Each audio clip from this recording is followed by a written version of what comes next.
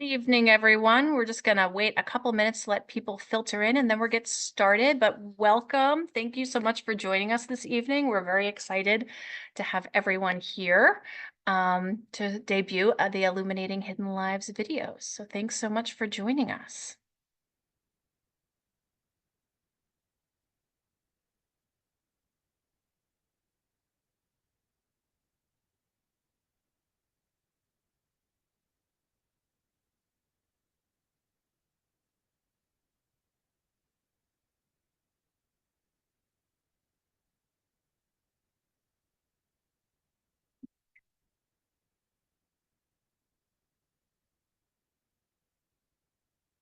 Great. So we're going to go ahead and get started. Good evening. My name is Carolyn Wallace, and I'm the Education Director here at Cliveden. And on behalf of our staff and the Board of Directors, I would love to welcome you to our program tonight. We're so excited to be debuting the films from the Illuminating Hidden Lives project.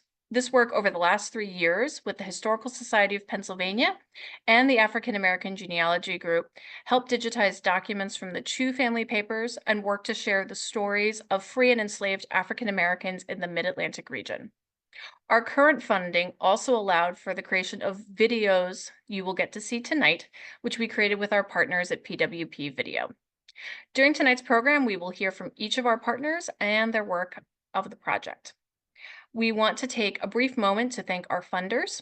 Illuminating Hidden Lives, Bringing the Stories to Life has been made possible in part by a major grant from the National Endowment for the Humanities, Democracy Demands Wisdom, and by the National Trust for Historic Preservation's Interpretation and Education Fund, Endowed Fund, that was made possible by a challenge grant from the National Endowment for the Humanities. We'll begin tonight with Lexi Niles, Access Service Librarian at the Historical Society of Pennsylvania. Lexi has worked with the Chew papers over our last 2 rounds of funding and has been at HSP for 2.5 years.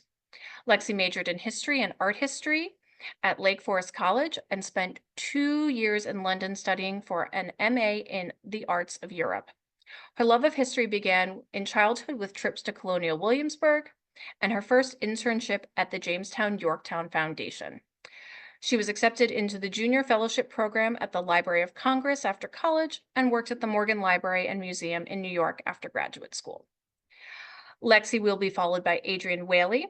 Adrian is an educator, history lover, and passionate genealogist who has previously served as both president and programming chair of Philadelphia's African American Genealogy Group. Adrian earned her bachelor's degree in African American Studies from Harvard University and her master's in education from the University of Pennsylvania, and loves the potential for objects, artifacts, and primary source documents to enrich student learning experiences. She has worked in both art and history museums, including the Museum of Modern Art in New York, the African American Museum in Philadelphia, and the Smithsonian's Anacostia Community Museum, and she currently serves as Director of Education and Community Engagement at the Museum of the American Revolution. There'll be time for questions at the end of this evening's program, so please feel free to enter any questions into the chat box or into the Q&A function. Thank you. So Lexi, to begin, can you tell us a little bit about the process and challenges you found working with these documents? Get to Lexi's slides.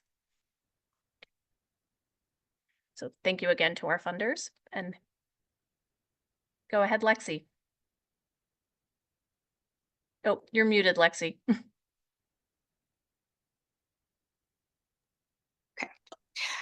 Well, as Carolyn mentioned, I actually knew her first through my librarian capacity at HSP, but then started working in the digital lab, and that's how I kind of got involved in this project. So kind of long story short, it starts with Carolyn going through boxes and boxes meticulously of hundreds and hundreds of everything from 12-page wills to tiny notes, the size of your palm, but you never know what kind of treasures you're going to find in folders like these, and it really is important to just absolutely scour them as she did. So after that process, or kind of during, she gave me a list of all of the boxes and the folders and all of the items that you guys wanted for this last round, which was just under 170 items, ranging from like different types of correspondence, wills, um, like harvest lists. Uh, I mean, you name it, it's in there. But anyway, my job was to locate each item and then create a metadata record for it. That metadata record is what you will see on Omeka, where we are hosting Illuminating Hidden Lives online. Um, that includes coming up with a title for it that is relevant and useful and helps to identify what the object is. Um, adding a date, and then most importantly, the description, which I'll come back around to. Um, let's see. So I guess like the most important thing for me for these, between Carolyn's work with her descriptions in her notes and also her transcriptions, and then my job of also having to read all of these documents as well, and kind of comparing notes, was to create descriptions that are going to be helpful for anyone from like seasoned researchers to people who are just starting to get interested into history, into genealogy, Philadelphia, you name it. So I wanted to be very like user friendly and very search friendly. And that's where one of the first challenges kind of came in, which was consistency with not just spelling, but the spelling of names, and especially the spelling of the names of the enslaved people of Whitehall, and not just the enslaved people, but also other workers who are also at Whitehall. Um, these two these two items that are on the screen right now, they look very similar. They are both. This is one of those moments. I'm sorry, kind of getting caught up here because I go through a lot of like correspondence and kind of things that seem kind of boring, but then I'll get like one of these odd pieces, like this something like so unique like this that really is when you kind of it's like a reset of, yes, these are all human beings that are in all of these like countless lists that I'm reading, transcribing, and taking notes on, and creating descriptions for. But these are two pieces of paper. They're about a foot across, and they are measurements for the enslaved people's feet. And you can see the first one. Sorry, I'm on my phone, so I'm kind of looking closer here. But the first one on top was written by Benjamin Shute Jr. And then the bottom one is by George Ford, who was an overseer at Whitehall.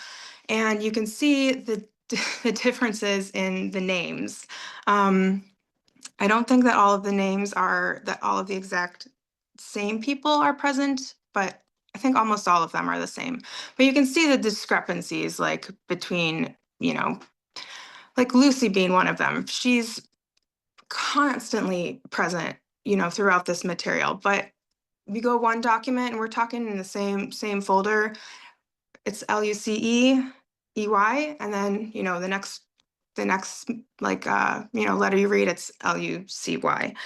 Um, so that was something that like kept coming up, and something that I really strove to um, make consistent in the item descriptions. So even if it's transcribed within the description, I'll have put in brackets the way that we are making sure that it is present everywhere, if that makes sense. And if it doesn't, you can ask afterwards. Um, but so yes, that's why I wanted to put these on here, because they are just kind of very different than a lot of the rest of the material that's in these folders. So you can go to the next one, I think, please. All right, and so obviously I don't expect anyone to read this entire letter right here. This was written by the overseer after George Ford, and it is essentially,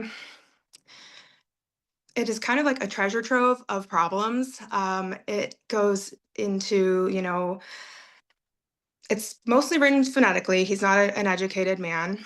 Um, Names are misspelled, words are misspelled. The story's kind of hard to read because it's actually written like kind of frantically. It almost is like a child on the playground running to the teacher to tell on another kid on the playground. When really what this is it's the overseer writing to Benjamin Shu Jr.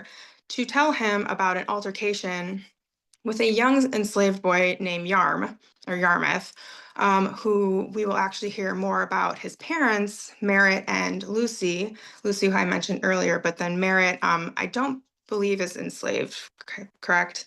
Yeah, Merritt's not enslaved, but he does work at Whitehall, and then the rest of his family is enslaved.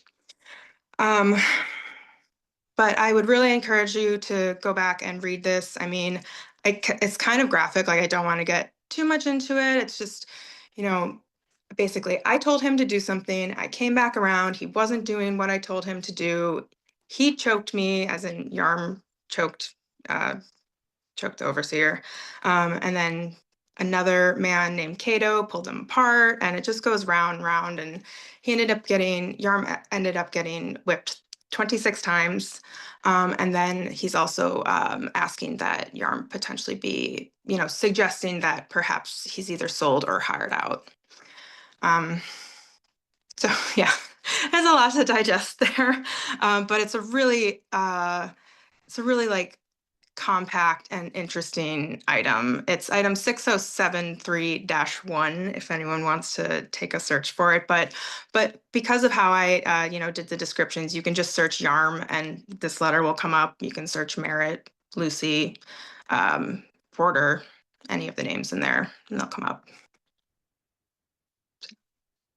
All right, and I think that brings it over to me in the African American Genealogy Group.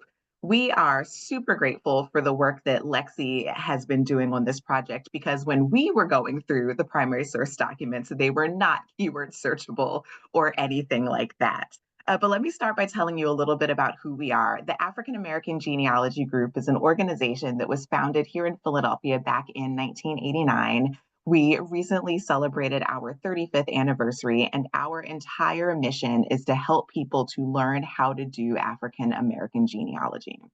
One of the things that we've been really excited about over the past 5 to 10 years is the opportunities that we've had to partner on really interesting projects like this one all around Philadelphia and the greater Philadelphia region. You can see some of the members of our group at various conferences and traveling for research in the photos on your screen right now. So next slide.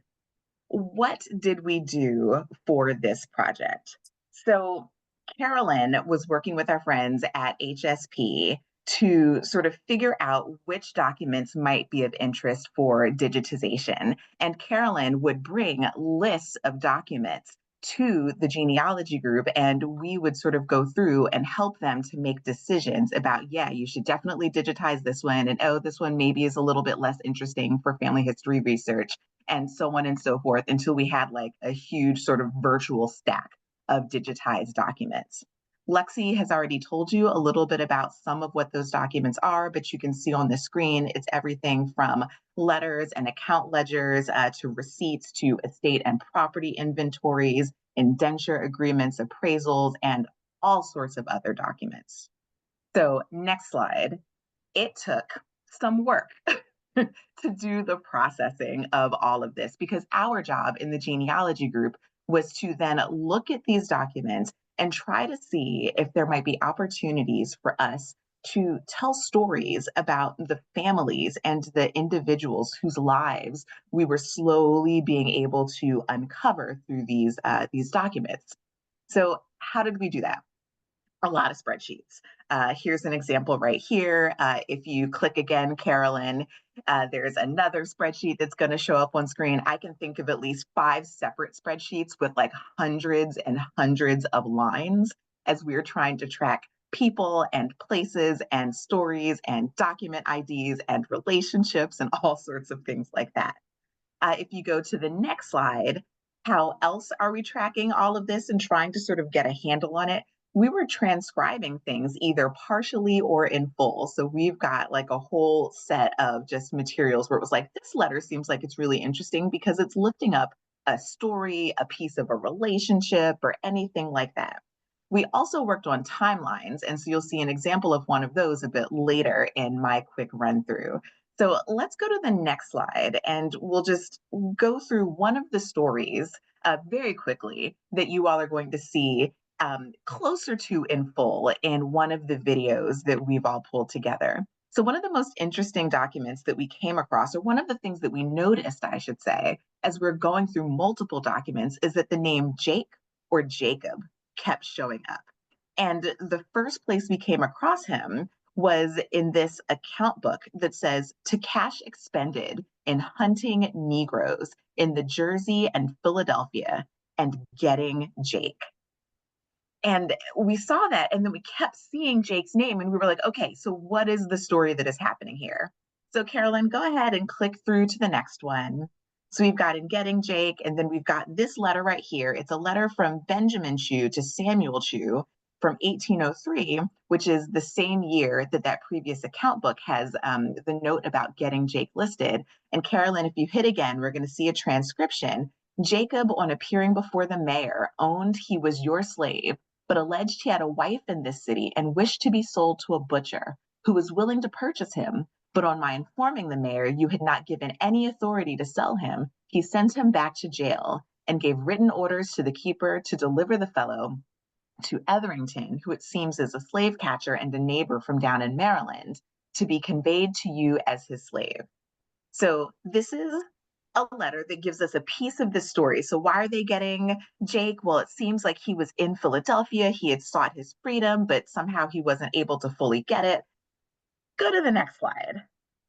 What else do we see? We see two documents regarding Etherington being paid for taking Jacob in Philadelphia. That's these two little receipts that you see right here. Go ahead and click through to the next slide. So then there's another letter. This is another letter from Benjamin Chew to Samuel Chew. A person named John Etherington came to me last Monday and informed me that Barry, that name that we saw on the previous slide, your overseer, knowing that he, Etherington, was coming to the city with power from several persons to take up some of their runaway persons, requested him to arrest and secure any of yours if he should meet with them. So this, it turns out, is how Etherington encounters Jacob, is because he was empowered by James Barry, the overseer on Samuel Chew's plantation, to gather any enslaved people that Etherington would come in contact with. Now, I'm moving pretty quickly through this, but that is because in our previous presentation, we actually go through this story in much greater detail. And maybe a week and a half ago, Carolyn and I actually were down in the vault at HSP, and we did a whole virtual vault program where we looked at the primary source documents together and really fleshed this story out. So go ahead to the next one. Here's a timeline. So this is an example of the sort of thing that we were pulling together as we're trying to keep track of the different stories that are coming out. So Jacob's timeline, you can see sometime before 1803, he seeks his freedom.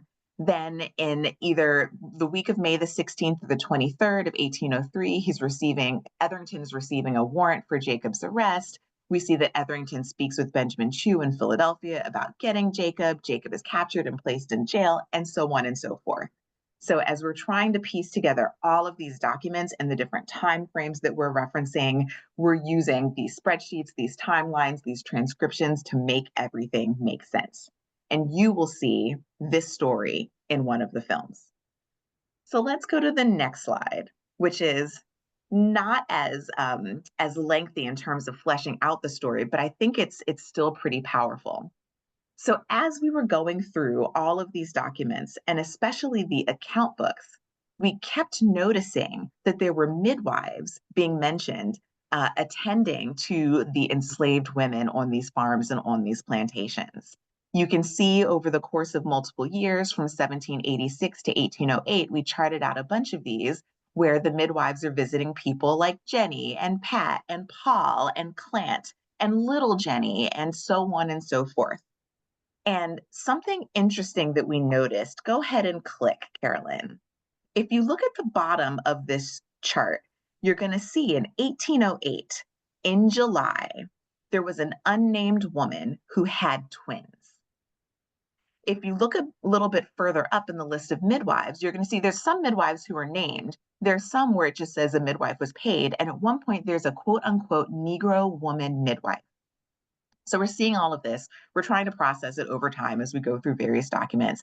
And then we got to a probate record from 1809 that has lists of women and men and children, and sometimes they're showing relationships. And in particular, there's this one document that has a list of children and all of their mothers. And in that list of children, we saw this notation for Harry and Jacob, who were twins, and they're 9 months old in 1809. And it rung a bell for us. And we went back and we looked at that list of midwives and when they were visiting, and we recalled that there was an unnamed woman who had had twins in 1808. Harry and Jacob, based on the timeline, have to be those twins. And their mother, you can see, is Nancy. So we said, as we were thinking about ideas for the film, what if we came up with a composite story, one that provides maybe a little bit of hope and allows us to think about what Black community might look like? What if we take the story of Nancy, who has twins, and we take the idea of this quote unquote Negro woman midwife, and we put them together to imagine what it might be like to be sitting together and envisioning a future for these children? And so that's the second film that we contributed to, which led us to, if you go to the next slide, members of the African American Genealogy Group on filming day at Cliveden, getting to have an amazing time hanging out with James, the director, the actors. You can see one group photo at the top where myself and our current president, Carolyn Williams, and our vice president, Diane James, are hanging out with the actress who's portraying Nancy, as well as the actress who's portraying our quote unquote unnamed Negro midwife. It was an excellent day. It was fantastic to see all of the work getting done. I look forward to answering questions, and who knows, maybe Carolyn and Diane will drop comments and thoughts in the chat as well. What I haven't talked about is the step in between, though, and that's because I'm going to pass it on to James and our friends from PWP, and that is, how did we go from the research and the primary source documents to actually having a script that ended up with actors who would tell the story? So for that, I'm going to turn it over to James. Cool. I think we're gonna go and watch the film first, and then it'll have me talk about it easier. But yeah, so we'll go ahead and start and play that, and I'll talk afterwards.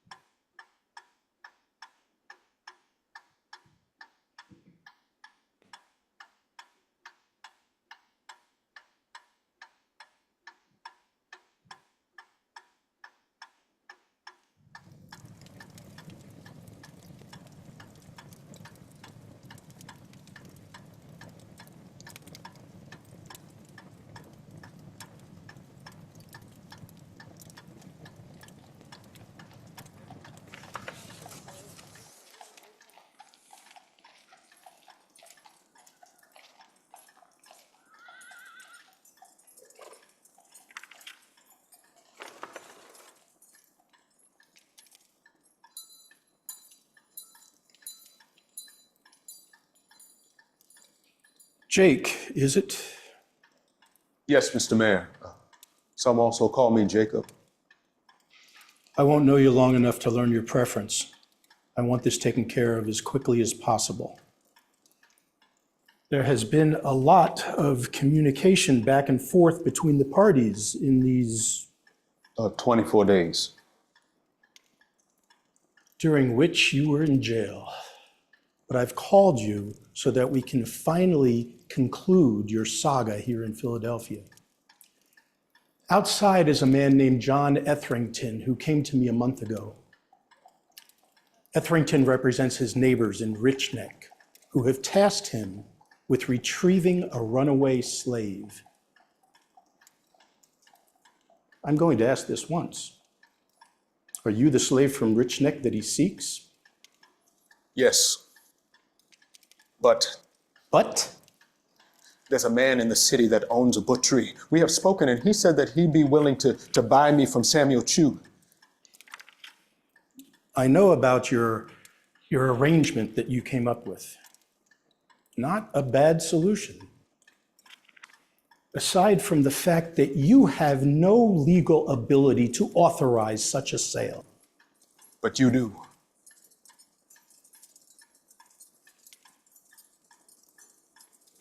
I have a wife here. One to which I have sworn an oath to. One that relies on me for love and for comfort. I can't help it if you made an oath you cannot keep. There is nothing else to be done here. I've spoken with Benjamin Chu and his brother. This is what it is. I would bring yourself to bearings before you travel back to Maryland with Etherington. Bring myself to bearings.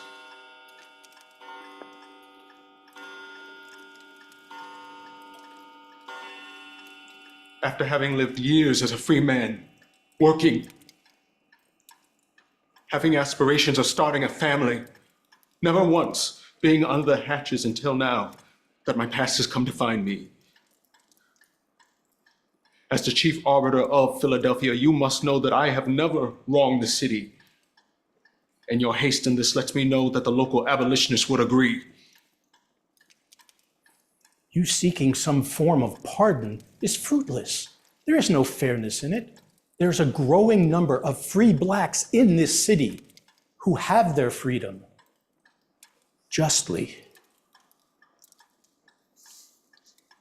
Isn't all freedom just?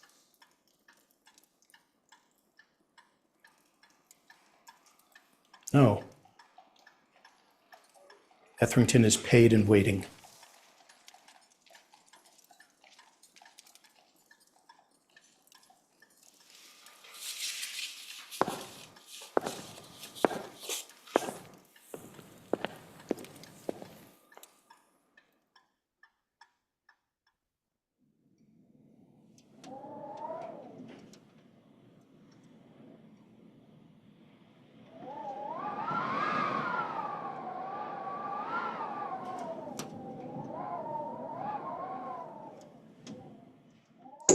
Did Porter send for you? Did Porter send for you? Why, yes, Lucy, my wife, my love, my comfortable importance. I'm doing amazing this fine day. Keep it down. My agreement with Porter was that I come back today to finish cutting the ditch. No one got word to you.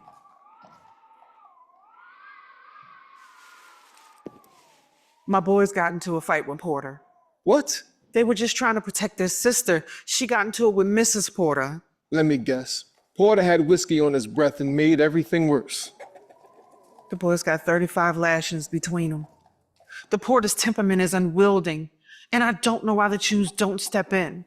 If they won't, I need to. Don't you get tough on me. I don't want to see you put in jail or in the ground.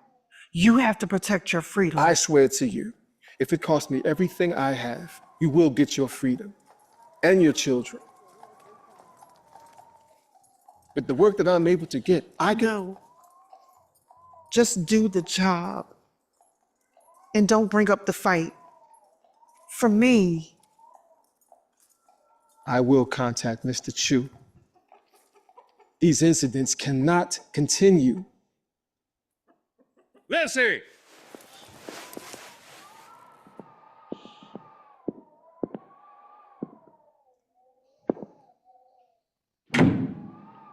What is Merritt doing in the house?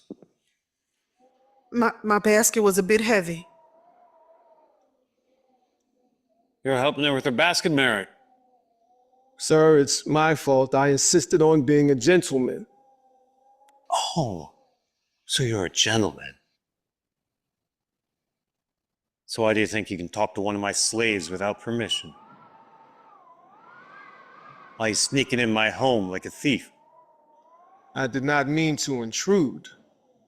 I'm just here to do the work we talked about last week.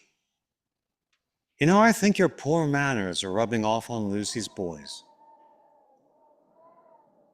I think you need the same discipline they got. You know, Mr. Porter, I don't think it's a good day for ditch digging. Sky looks like it might give way to some rain. Is that right? I'll come back another day. Maybe the day after tomorrow. How does that sound, Mr. Porter?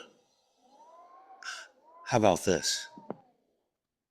If you ever step foot on my property again, I will shoot you on sight.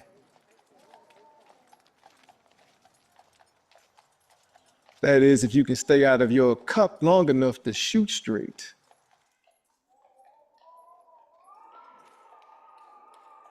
I will see you soon, love.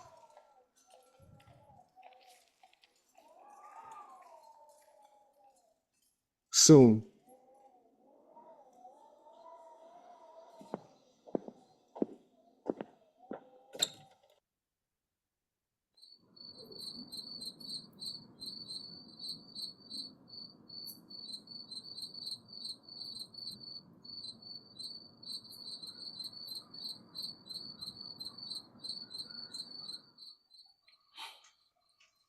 Thanks for all your help, Sarah.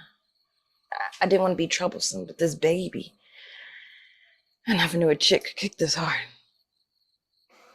Rest. We're gonna be okay, Nancy.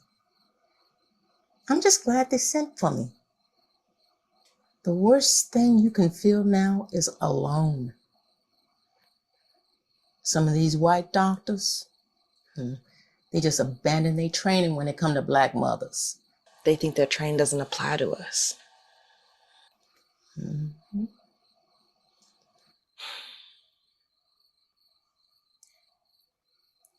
My mother was a baby catcher. Yeah? Mm-hmm. My grandmother taught my mother, and then my mother taught me. So you always knew you was gonna be delivering babies? I was armed with Patience Young. At 15, I was in charge of the blankets. Mm-hmm. 5 years later, I was delivering children all by myself. So you've seen it all then? I've dealt with first-time mothers like yourself. Mother's 9th child working on names for their 10th. I've been in the throes about just everywhere you can think. A barn, great hall staircases, even a carriage. Not a carriage. It's easier than you think. No. Mm-hmm. We hit a bump and the baby flew right out. Oh. Nancy? I'm okay. I'm okay. I think that's the first time I laughed all week. I've been too worked up. Let me get you some water.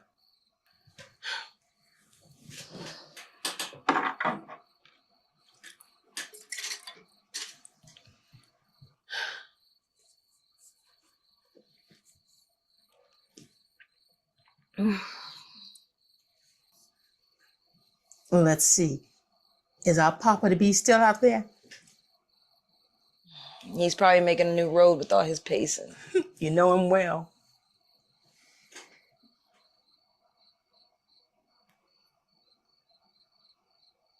I hope we're able to pass down something like your mama was able to pass down to you. That's what we do it for, right? They can't take that away from us. I heard through the grapevine that a young man I delivered ages ago went up north to where they started that big church for free Blacks. His mother reminded me a lot of you. Scared out of her wits. But the child made it. So all you have to do is pass down hope. How many of them names you done picked out? Just one. I think you're gonna need at least 2. They can't share a name.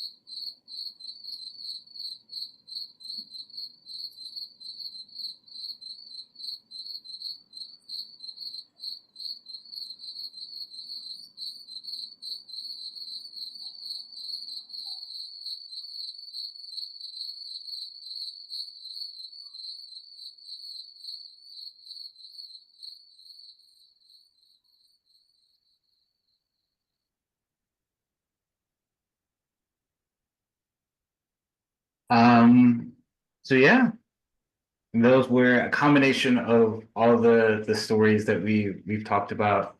I see a couple people, cast and crew who worked on this in the webinar. So I would love for you guys to say hi in the chat here, and also say your role too, how you were involved. That'd be awesome. Yeah, cast, crew, PWP, video folks. I would love to see that. But yeah, so kind of picking up where Adrian left off, we began talks with Cliveden and African American Genealogy Group, myself and the rest of PWP Video, around last year. I think it was maybe summer, maybe beginning of summer, while they were kind of going through all of these stories and digitizing it. And I think it was pretty clear from the beginning which stories would kind of work in a video context, because there's tons of amazing stories, but I think we had our eye on a couple from the get-go, and as we got more research and as that was going, it became even more clear. I think the start of kind of trying to fit these in these stories in these kind of compact 3-minute videos was figuring out where all the information that we had intersected. So picking a place and time, our first story, obviously with Jacob, we knew pretty immediately that we needed to see that meeting between the mayor and Jacob. While there was, correspondence and letters and stuff like that over time, we thought definitely the kind of pinnacle of that specific time in Jacob's life and that storyline, we needed to see that meeting. And with Meredith and Lucy,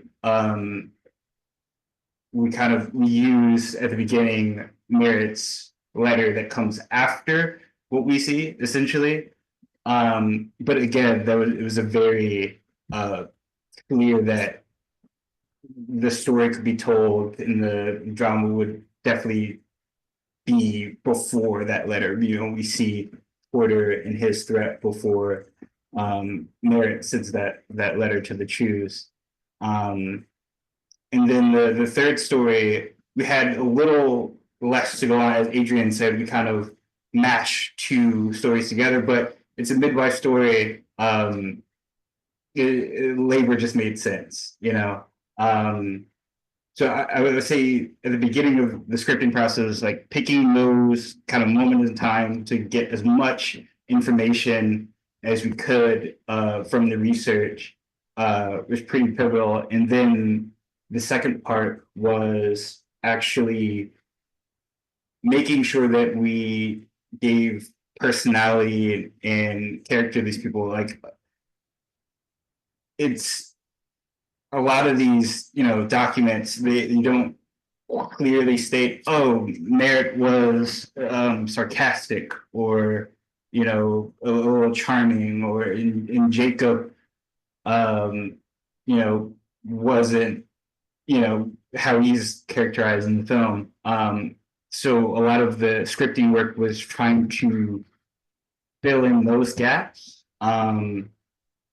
It was a bit challenging because these are written from perspectives of slave owners, not the exact people that we wanted to focus on. So it was taking that logical step of what kind of person would Jacob be, and how would he go through this scenario.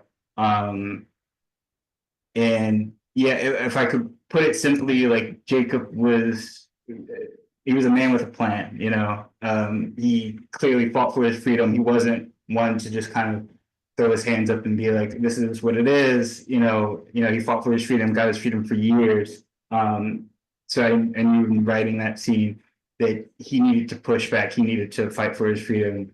In the Merritt and Lucy story, it was very clear that there was a lot of like turmoil and chaos, more than usual, I guess.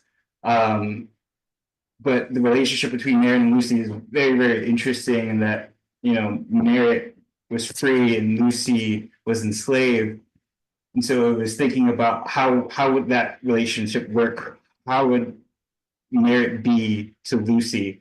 And that arrived. He brings a little levity to her day and stuff like that, and that's what kind of strengthens that relationship. And then the last one, the midwife story, that was a little bit more open, but we definitely wanted to show kind of this like bond, this like a kind of instant bond, and kind of, I feel like the midwife was definitely very kind of motherly in that story. So yeah, just kind of giving back some of the humanity that was maybe lost in just the letters that speak about them.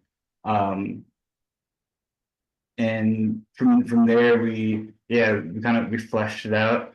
Had a great team, and just shot it in one day.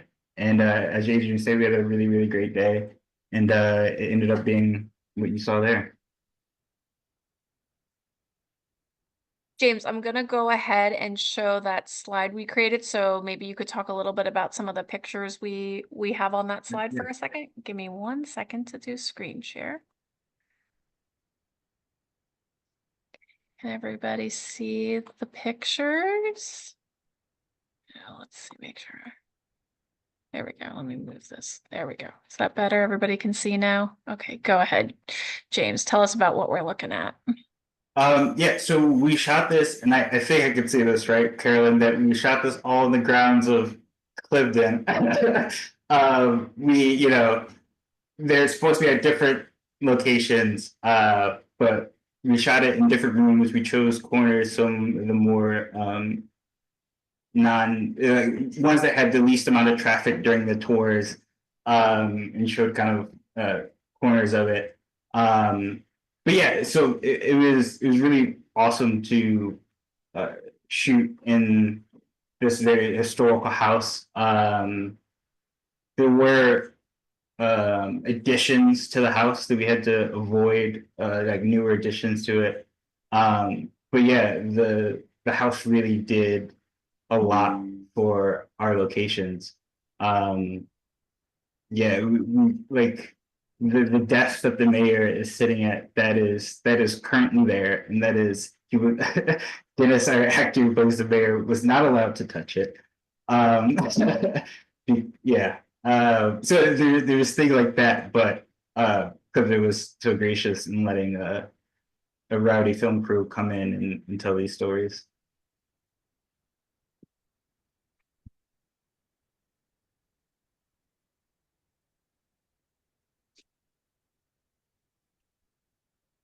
Oh, there we go. There we go. Okay. What I'd love to do now, thank you, James. And I didn't get to introduce James, so I want to do a back introduction of James, give all of his particulars. So James is a director, an editor, and assistant producer with PWP Video. James started with PWP Video as an intern in 2019 and was asked to continue with the team after his internship. He enjoys filming, filling many roles on set and in post collaboration with PWP team to create a wide variety of content for their mission-based clients. So we were really lucky to work with James, director, and the whole PWP crew.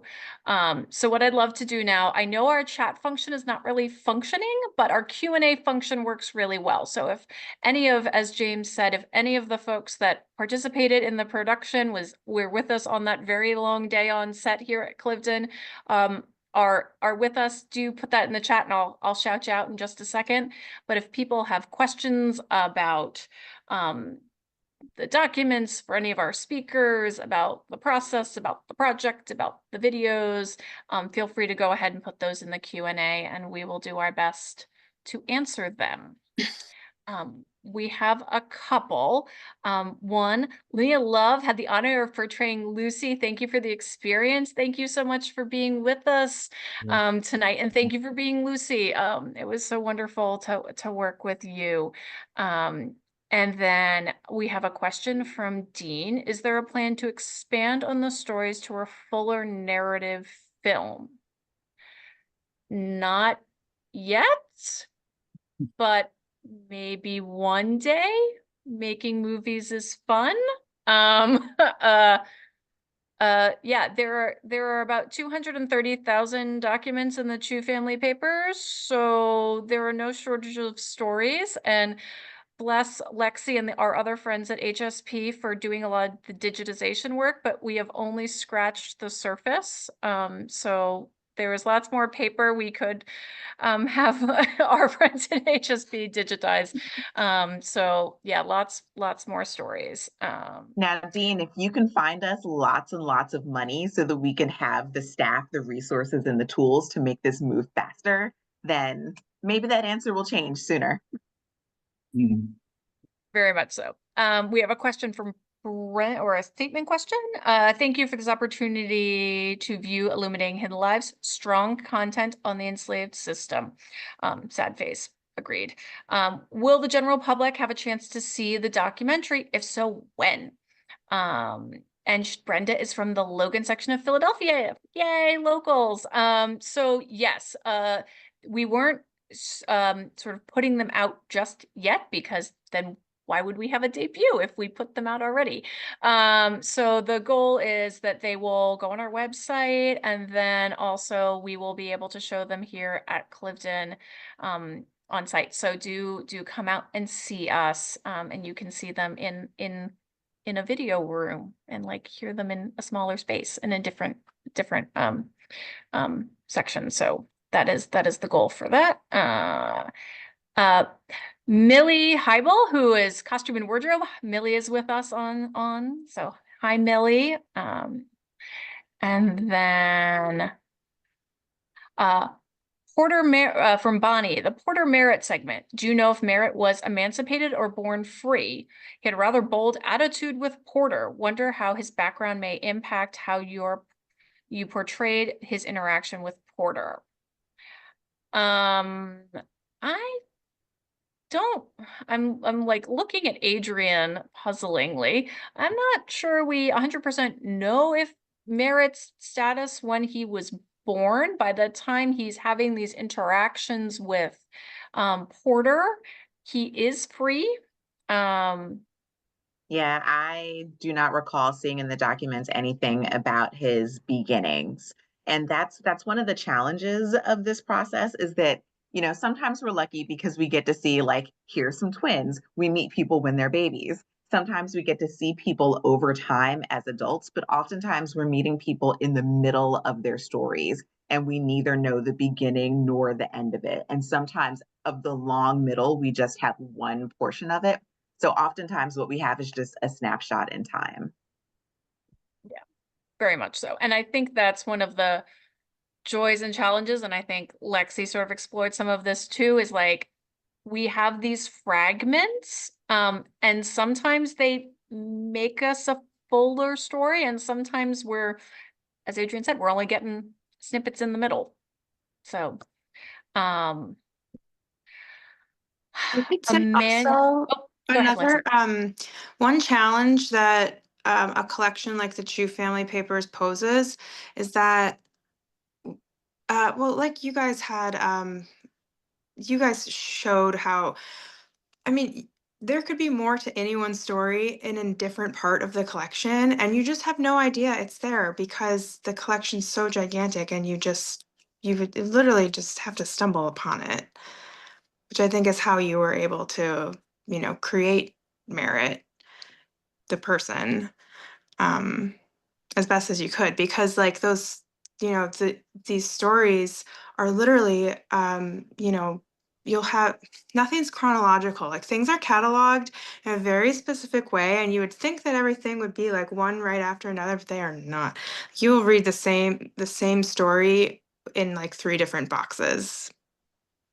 There's very little rhyme or reason as far as, um, there's no effort to like keep those stories together within the cataloging process, And that's unfortunately. part of the beauty of the metadata work that you're doing, because the struggles that we had finding bits and pieces in these different places, now everyone who's watching, they can put a name into the search box and just see where those folks show up. So Yep. thank you again for that hard work. Thank you. Yes, and if any of you want to read any of these documents for yourselves, you are more than welcome to go through our website to get to HSP's website, this Omeka site that Lexi has mentioned, and you can read all of these documents zoomed up real big so you can read them very easily from the comfort of your sofa at home. So we have some more things in the chat. Can't access chat, but Emmanuel Manny Beatty, I hope I'm saying that right, and he was the script supervisor during production. So thank you for joining us tonight. And then we have, keep going down. Hi all, Leslie Hartshell. It was such an honor to work on the shoot. Thank you for choosing me to bring Sarah to life. Thank you for joining us, Leslie. It was great working with you. And then we have Dennis. It was an honor to portray Mayor Lawler, so the one in the first scene, for this worthwhile project. Entire cast and crew were amazing to work with, and it was great to meet and chat with Carolyn. Wants to help us raise that money for those future projects, so we're excited for that too. Michael, can James and Adrian talk a bit about the choices that were made together about style and language and speech? I know that was a major decision point in the writing.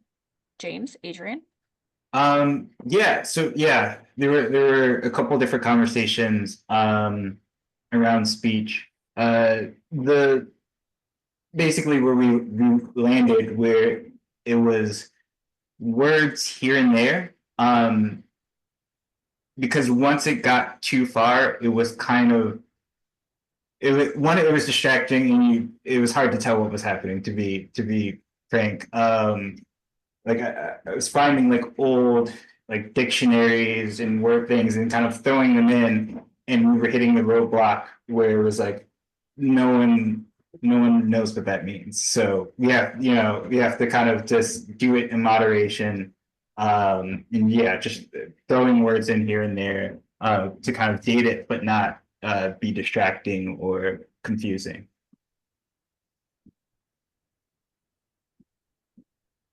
Adrian, would you like to add anything to that? Nothing to add. Fantastic. Okay, a question from Deb. What is the present Chu family's involvement in this project? There's not a lot with this particular project, but we're always open to having family involvement. And a thing that we're also really interested in doing, and part of what drives some of this digitization work, is we know there are African American Jew descendants, and so we're hoping some of this can connect to some of that, some of those histories. So we're gonna keep trying to get that stuff out there, and making those connections. Okay. And Michael wants to just point out briefly that someone referred to this as a documentary, and it's probably worth pointing out it's historical fiction. Cliveden, HSP, and AAGG did the history, and James and PWP did the fiction. That's a very good way to describe it. Thank you, Michael. A question from Yvonne. Yvonne lives in Germantown and curious about the connection between Cliveden and Whitehall. So Cliveden is the summer house for the Chew family that's here in Germantown, and Whitehall was a plantation that they owned in Delaware. It is now where Bombay Hook National Wildlife Refuge is. So if anybody wants to have an opportunity to visit that landscape, they are welcome. That is where it was. None of the buildings are there anymore, but that's where these stories about Whitehall are coming from. Okay. Carolyn, loves seeing the finished video. Carolyn is the president of the African American Genealogy Group. Good to see you, Carolyn. But love seeing the finished video after working on the script development and being there and filming. It was so great to have the AAGG folks with us that day. Oh, and Yvonne's question continued. I wonder about the timelines, or did the family live in both places? Were there enslaved people at Cliveden? Yes, there were enslaved people at Cliveden. Yes, there were enslaved people in Philadelphia. So one of the ways we talked about picking these stories was Jacob's story is a Philadelphia-based story, and the midwife story is really a Maryland-based story, and Merritt and Lucy's story is really a Delaware-based story. And these are where a lot of the Chew properties hail from, and a lot of the documents are from. And so we were trying to sort of cover a lot of the different locations. Were the Chews, we sort of go back and forth of whether the Chews spent a lot of time at Whitehall. That's something we're still like digging into.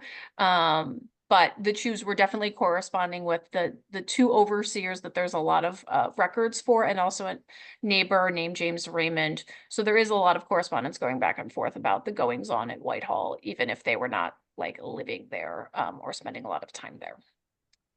And Carolyn, correct me if I'm wrong, but on the Illuminating Hidden Lives section of the Cliveden website, is there a map that shows the different properties? And that's also embedded in one of our past presentations in case people want to watch that and sort of get more of that story of the lay of the land. Yes, thank you, Adrian. Yes, there is on our website, there is a really good map of where the two properties that we know about are, because despite the fact that we read a lot of this historic paper, we have not read all of the historic paper. And so there's probably things that we have not yet found. But for what we know right now tonight, that's what's up there. And so we're constantly doing the research to figure that out. But yes, and then there are other programs from the other rounds of funding to do digitization work and work with the African American Genealogy Group. Those programs are also on our website, so I invite you to spend some time and visit and look at those as well. Diane, hi Diane. Good evening. Do you have any idea of how many people were enslaved? Short answer, not really. Long answer, it's far more complicated.